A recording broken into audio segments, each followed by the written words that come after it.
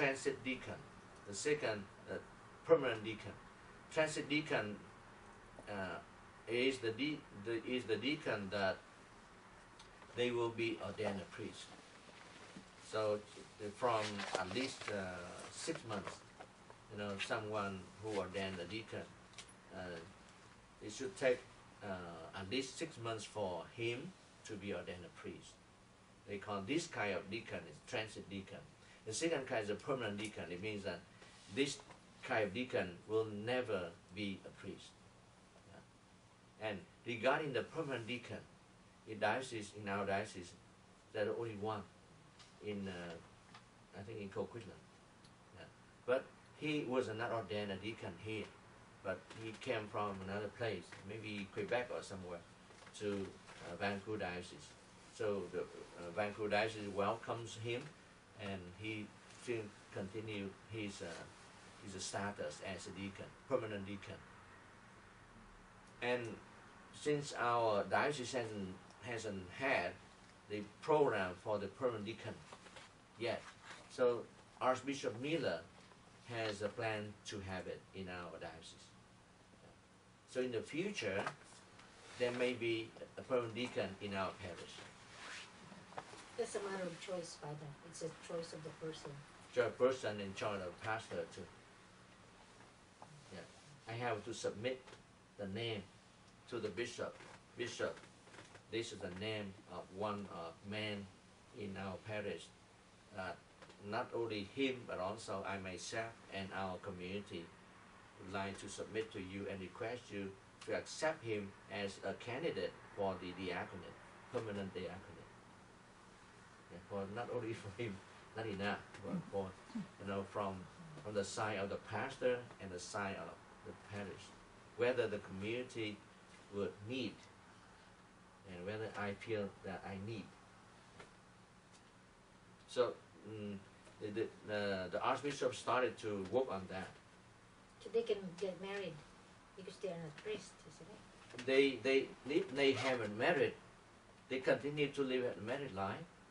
Yeah, but if after their ordination to the diaconate, and his wife died, he was not allowed to get married again. You see the value, the spiritual value of the celibacy. Yeah. And also, if he's a single, he hasn't got married yet. And then he followed the process toward the diaconate, and after he's ordained as a deacon, he was not allowed to get married. You see, so the church raised the high value of the celibacy, to live a single life. Okay, only one sacrament. Yeah. Now we have a few minutes for questions, especially on the sacrament in general, especially sacrament of baptism, or any other thing if you want to ask. I want to ask one question. What is the similarity between indulgence and grace? And what is indulgences and grace? Oh, indulgences and grace. Yeah. Grace in general, I just said that there are many kinds of grace. Indulgence is one kind of grace. Yeah.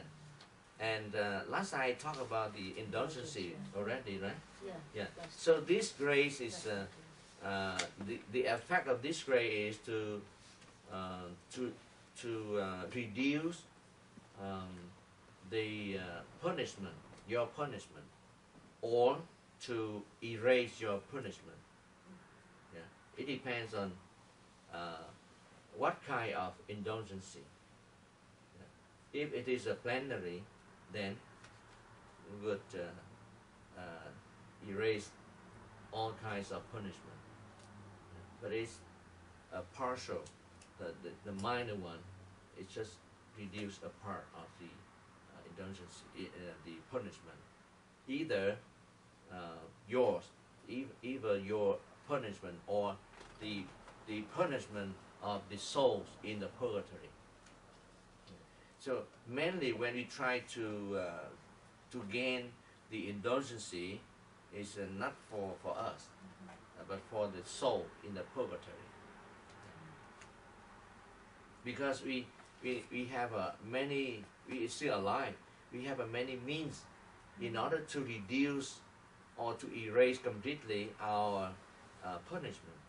Even you pray, some punishment will be lesser.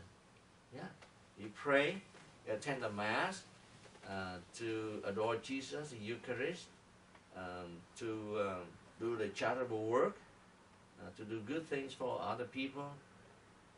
So those things, for example, may not only for you to receive more grace, other kinds of grace will also a part of the indulgence.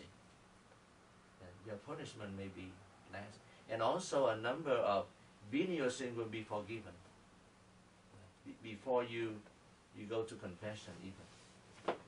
So to pray is very important. To pray, especially to attend the Mass, to receive the Holy Communion, to read the Bible, meditate on the Word of God, those kind of things, and donate, do the charitable work, those things. We have many ways to do. The dead people cannot do anything, so we have to think about them and try to do something for them, especially to gain the indulgence, in order that they can enjoy the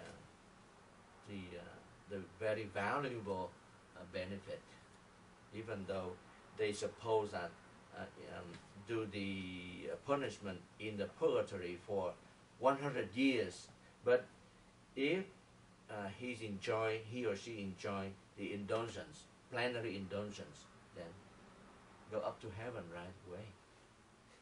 You see the mercy of God. Yeah.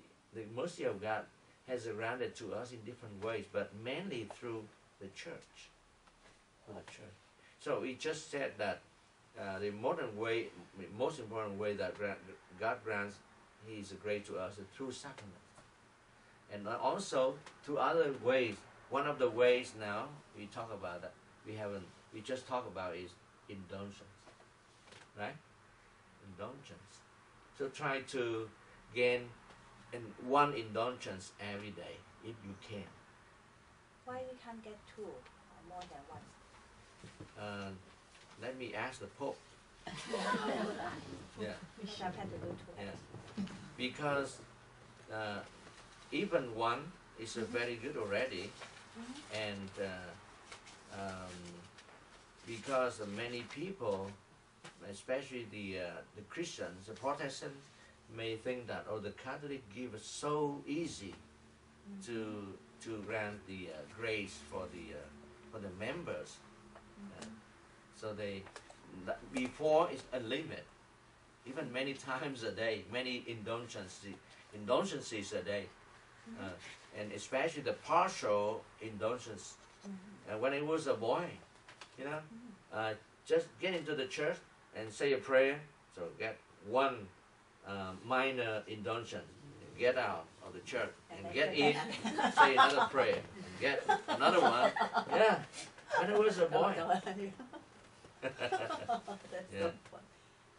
So many people also kind of abuse because they don't do other things, they just try to gain the indulgence. A number of reasons. We can have two communion a day. Try to gain every day one. I mean, we can That's have enough. we can have two communion a day, right? We can get two communion a day, right? That's the other thing. So if we can get two communions, then No. so we can get two indulgences. Your catechism. No. Yeah. It's so generous already. Many people, I believe, don't gain any indulgence for a year, even for 10 years. So the church has you a chance you don't use.